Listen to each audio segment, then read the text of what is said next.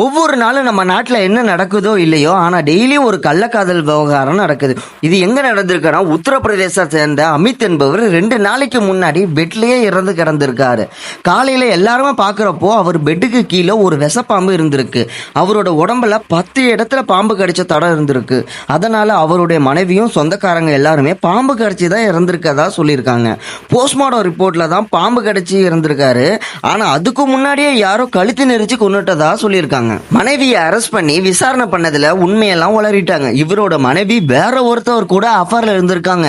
இதை தெரிஞ்சு அமித் பல முறை கண்டிச்சிருக்காரு. அந்த கோபத்திலையும் அவர் கண்டிக்கிறதையும் பிடிக்காம கள்ளக்காதல் கூட சேர்ந்து அமித்தை கழுத்தை நெரிச்சு கொலை செஞ்சுட்டு 1000 ரூபாய்க்கு விஷப்பாம்பு வாங்கிட்டு வந்து ரூமுக்குள்ள போட்டு பாம்பு கடிச்சதா நாடகம் ஆடி இருக்காங்க. இப்ப கொஞ்ச நாளைக்கு முன்னாடி கள்ளக்காதல் கூட சேர்ந்து புருஷனை கொண்டு ட்ரம்முக்குள்ள போட்ட சம்பவம் இதே ஊர்ல தான் நடந்திருக்கு. இதே போல தொடர்ச்சியா அஃபர்னால புருஷனை கொல்றது ஒரு வழக்கமே ஆயிடுச்சு போலக்கு. இதனாலே நிறைய ஆண்கள் பயந்து தம் மனைவியை கள்ளக்காதலுக்கே கல்யாணம் செஞ்சு வச்சிடறாங்க. இதே மாதிரி கள்ளக்காதல் விவகாரம் நிறைய நம்ம நாட்டில் நடக்குது. இதுக்கான காரணம் என்னவா இருக்கும்னு நீங்க மறக்காம கமெண்ட் பண்ணுங்க. ஓகே.